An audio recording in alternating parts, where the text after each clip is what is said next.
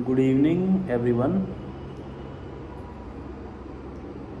मैं already UP judiciary में चयनित हूँ और आपको यूपी जुडिशरी प्रीलिम्स के लिए कुछ स्ट्रैटेजी शेयर करना चाहता हूँ।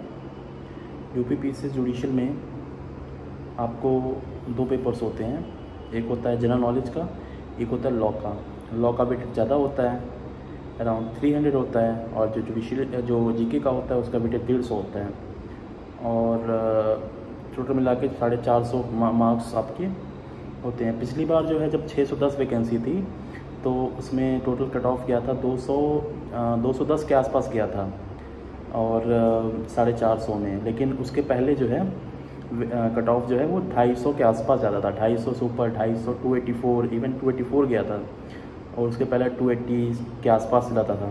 लेकिन क्योंकि सीटें बहुत ज़्यादा थी तो कट ऑफ कम चला गया। लेकिन मान के चलिए कि 450 में 280 के आसपास जो है कट ऑफ, 280 290 के आसपास कट ऑफ रहता है। अगर सीटें कम रहती हैं तो 300 450 में जो है 290 के आसपास भी कट ऑफ जा सकता है। लेकिन अगर बात की जाए कि तैयारी कैसे, सीट डिपेंड करता है पूरी सीटें के ऊपर ना। सीटें ज़्यादा हैं कट ऑफ कम जाएगा, सीटें अगर कम हैं तो कट ऑफ जो है वो, सीटें अगर ज़्यादा हैं कट ऑफ कम जाएगा, सीटें कम है तो कट ऑफ भी जो है ज़्यादा जाएगा। तो इन्वर्सली प्रोपोर्शनल है, ठीक है, सीट्स और कट ऑफ के बीच में। उसके बारे में आप ध्यान देना छोड़ दीजिए, आपको टॉप में आना पड़ता है, ठीक है, क्योंकि आपको एक परसेंटाइल होता है कि ऊपर वाले लोगों में आना पड़ता है प्री क्वालिफाई करने के लिए। रिलेटिव परफॉर्मेंस जज की जाती है। जनरल नॉलेज में अधिकांश लॉ वाले लोग जो हैं वो बड़ा ही वीक होते हैं और बड़ा ही उनका परफॉर्मेंस बेकार रहता है। तो और लैंग्वेज का पेपर और जीके का पेपर जो है बहुत पीसीएस लेवल का ही आता है। ऐसा नहीं है कि जुडिशरी में जो है अलग ईजी आता है जीके, नहीं। पीसीएस जिस तरह यूपी पीसीएस का पेपर आता है उसी तरह जनरल नॉलेज का भी पेपर आता है जुडिशरी में। तो जो लोग ऑलरेडी यूपी पीसीएस की परीक्षा दे रहे हैं as a test, as a mock test, as a practice, उनके लिए बड़ा अच्छा होता है, क्योंकि उनको प्रैक्टिस होता है अपने यूपी पीसीएस के पेपर्स लगाने के लिए। तो पहली बात तो कि जो लोग अगर यूपी पीसीएस के बारे में सीरियसली सोच रहे हैं तो हम वही बताना चाहते हैं कि यूपी पीसीएस और बाकी जो एग्ज़ाम्स होते हैं यूपी पीसीएस द्वारा उसको आप दिया करिए ताकि आपको प्रैक्टिस हो, ठीक है। जनरल नॉलेज इंप्रूव करिए, ठीक है।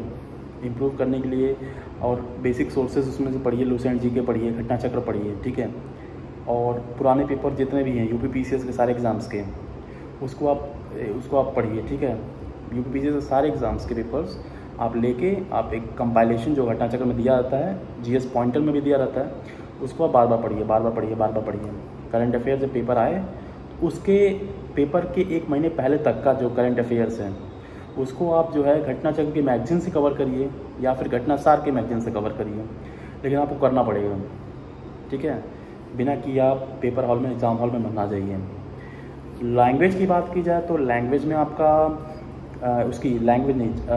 लॉ की बात की जाए तो लॉ में आपका डिफरेंट सब्जेक्ट्स होते हैं। जैसे कि आपको देखा जाए तो कॉन्ट्रैक्ट होता है, सीआरपीसी होता है, सीपीसी होता है, आईपीसी होता है, ट्रांसफ़र ऑफ प्रॉपर्टी एक्ट होता है, इंडियन एविडेंस एक्ट होता है, करंट इंटरनेशनल अफेयर्स होता है, जूरिस्प्रूडेंस होता है, इंडियन कॉन्स्टिट्यूशन होता है, इंटरनेशनल ऑर्गेनाइजेशन होता है। तो इसके लिए बेसिक क्या करना है आपको, देखिए सब में एक फ़िक्स नंबर ऑफ़ क्वेश्चंस पूछे जाते हैं। आपको करना क्या है, अगर आपको प्रीवियस ईयर क्वेश्चंस लेने हैं और उन्हीं को आपको लेके रटना है।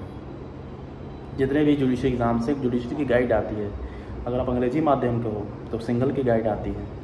आप इन सब्जेक्ट की गाइड लेकर, एमसीक्यू गाइड लेकर, और खूब सारा प्रैक्टिस करिए, एमसीक्यू का खूब सारा प्रैक्टिस करिए, ज़्यादा से ज़्यादा क्वेश्चंस लगाइए।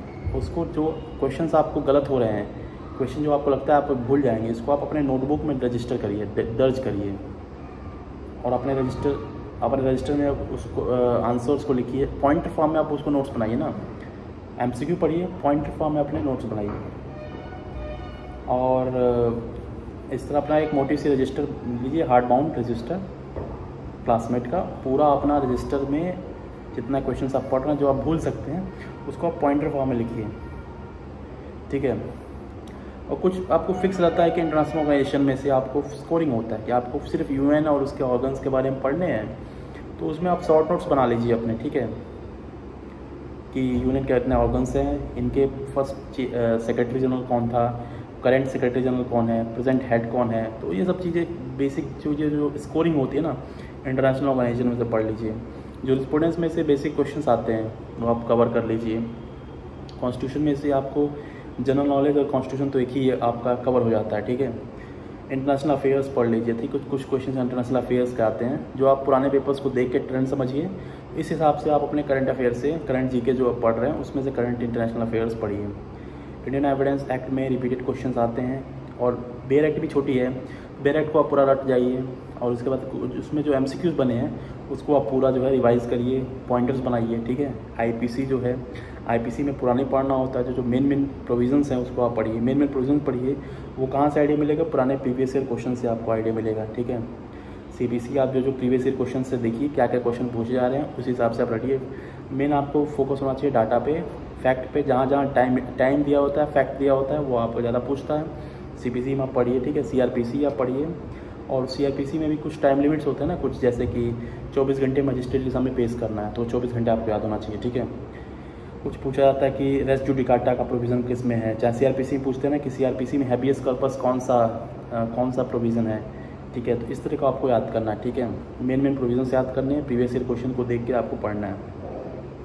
इस प्रकार आपको कम्प्रिहेंसिव तैयार करनी पड़ेगी, ये नहीं कि आप पुराने पेपर्स को देखना। First and foremost important thing is revising of previous year question papers. If you are going through the previous year question papers, you will get an idea of what kind of questions will be asked in your examination, and when you will be doing the revision, multiple revision of whatever you have studied, you have to make a guideline of your study। आप पुराने papers देखिए और MCQ की guide लीजिए।